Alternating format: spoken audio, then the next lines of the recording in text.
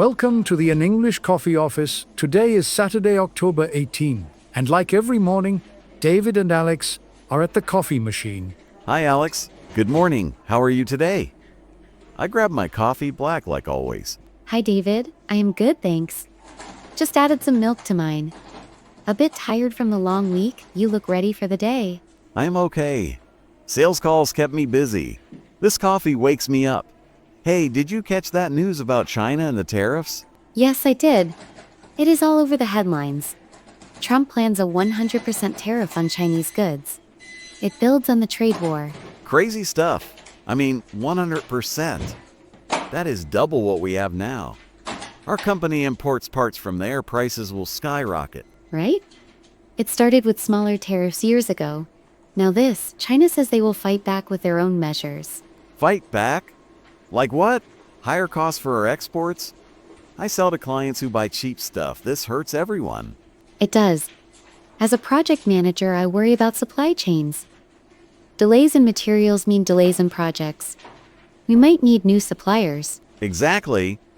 Imagine telling a client, sorry, your order costs more because of politics. They will not like that. Politics and business mix badly.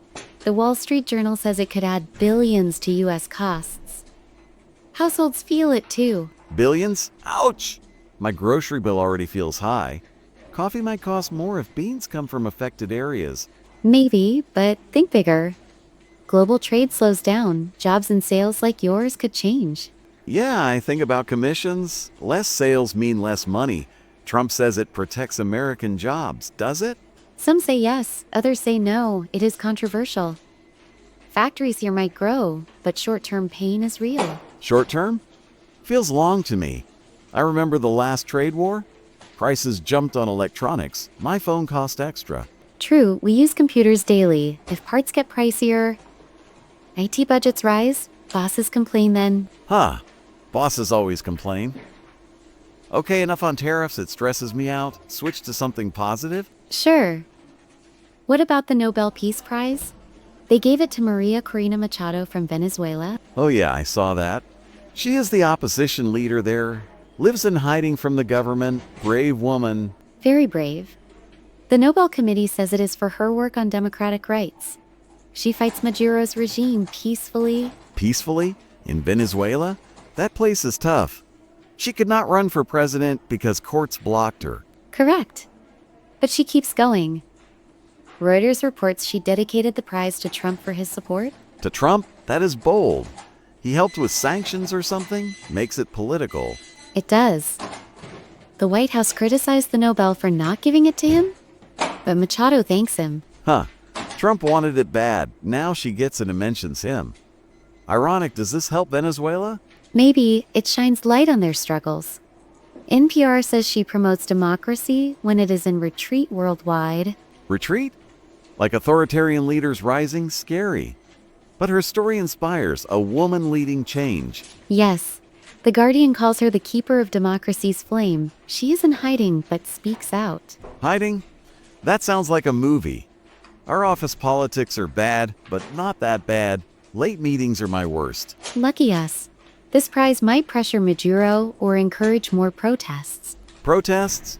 Hope they stay peaceful. Nobels should push for real change, not just awards. Agreed. It is controversial because some see it as meddling in another country's affairs. Meddling? Yeah. But if it saves lives, why not?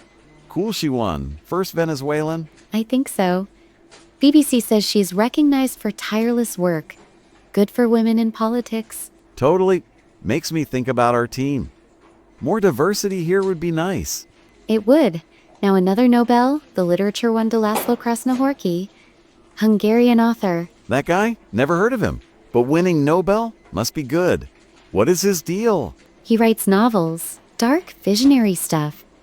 The committee says for his work in apocalyptic terror, reaffirming art's power. Apocalyptic? Like end of world? Sounds heavy. I read light books after work. His are deep. The New York Times says he examines reality to the point of madness. Melancholic but powerful. Madness? How like our deadlines? But art, does it sell books? Nobel's boost sales. The Guardian notes his dystopian novels. They make you think about society. Society, like how tech changes us? Or politics, ties to the other news? It does. CNN says his stories confront terror but show hope through art. Hungarian perspective is unique. Unique? Hungary has history. Cold War stuff, his books reflect that? Probably. He is 70 now. Long career. BBC praises his compelling oeuvre. Oeuvre. Fancy word means body of work, right? Cooley wins from Eastern Europe. Yes, literature Nobels often go to big names. This one is for vision, inspires writers. Writers? Maybe our emails need better stories. Ah, does it affect movies, books to film? Sometimes, his style is hard to adapt, but culture matters. In tough times, art helps. True. Like music at lunch, relaxes us. This Nobel reminds us of that. It does. Controversial? Some say his views are political too, but art is free. Free speech, important. Okay, we talked a lot. Coffee is gone. Yeah, time to start work. Meetings wait. See you later. Have a good day. You too, bye. Time to get to work. Don't forget to subscribe and practice your English every day. You'll see how it just keeps getting better and better. See you tomorrow. Hope you have a fantastic day.